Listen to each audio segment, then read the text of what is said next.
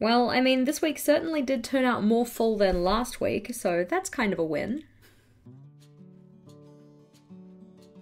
Hello again, team. It's Jess or JashiiCorrin, and welcome back for my week 11 plan with me. As can be expected, today I'm setting up for the 9th through to the 15th of March, but before we get into that, we're just going to have a look at how this week is going.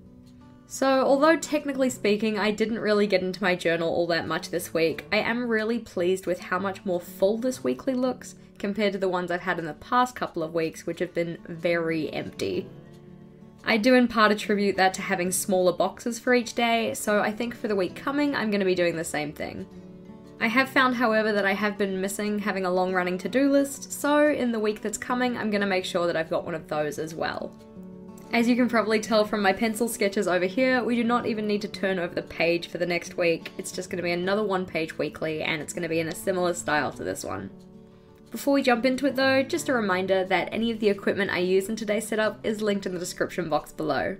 Let's get into it. As a disclaimer, sorry for any background noise you guys might hear for this voiceover. I've got the window open in my office at the moment because it's really damn hot and I don't want to die of heat stroke. So, moving on to the questions that were left on last week's plan with me though. Our first one comes from Daphne, who asked, a question I had though was, what was the process like for you and Vogel in finding a home? What were your criteria and how did you narrow it down to the place you live now? So for us, we knew what general area we wanted to live in. We knew we wanted to live in kind of the northern suburbs in Wellington. So that certainly narrowed down the areas that we were looking in. We also wanted to make sure there was at least 3 bedrooms so that we could have one as a study, one as a spare room, and one as our bedroom. In terms of our other criteria, I'm pretty sure we were looking for somewhere with a garage, but that didn't actually happen. And we were also looking for somewhere that didn't have a shared driveway, but that also didn't happen. Because this is our first house, it really came down to making sure we were being more open-minded and remembering this isn't the dream home, it's the first home. I remember at one stage there we did 13 open homes in one day, which was true insanity. I do not miss having to do open homes.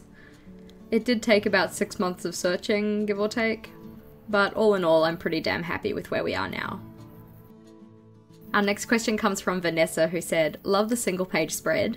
When you were searching for inspiration, did you find it on a hashtag search through Instagram, Google Images, or elsewhere? For last week's weekly, I found this on Pinterest, but I do also follow the person who made the original on Instagram. For the most part, when I'm looking for inspiration for my journal, I do go to Instagram first because I've got a bunch of saved posts there that I want to try out. But if that doesn't lead me to anything suitable, I then do usually go to Pinterest. As a side note, I'm looking for a different style of one-page weekly to use in next week's spread, so if you guys found any inspiration anywhere and you wanted to pass that on, please do. Just drop it in the comments, I'd love to check it out. Our next question comes from, I think it's pronounced Momina, please tell me if that's wrong, but their question is, does anyone have any tips on how to stay on top of your bujo? I started high school in Australia this year and it's been difficult to keep up with it because I get so much homework compared to primary school. Well hey, congrats on starting high school. I hope that you're enjoying it so far despite the extra workload. In terms of your question though, I have actually done a video on keeping up with your bullet journal, although it probably seems like I'm not the best person to ask for advice right now. You know, with the whole current not using my bullet journal slump kind of thing I'm going through. I've been bullet journaling for long enough now that I know that I will get back to it, along with what I talk about in that video, and I probably also mention it there, but one of the easiest ways I've found with keeping up with my bullet journal is to make it super simple. If my spreads and layouts feel like they're too complicated or time-consuming to fill in, I will neglect it.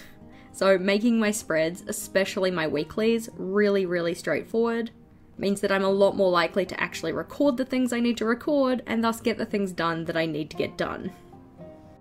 As always, thank you to our inquirers from last week. If you guys have a question you want me to answer in next week's video, please do leave that in the comments below. Also, and I know it's probably too early to be thinking about this, if you guys have any theme suggestions for next month, I would really love to hear about those as well. It's always about a third of the way through the month when I start thinking about the month coming, and I love to hear the suggestions you guys have. Alrighty, so we have a box for each day of the week and then a space for a running to-do list. I'm really hoping that the week coming I can build on the successes I had with this weekly.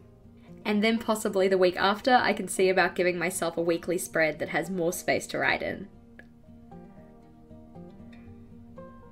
Thank you for watching, team. If you liked today's video, please do make sure to give it a big thumbs up. And if you wanted to see more from me, feel free to go check out one of my other videos. Until next time, bye!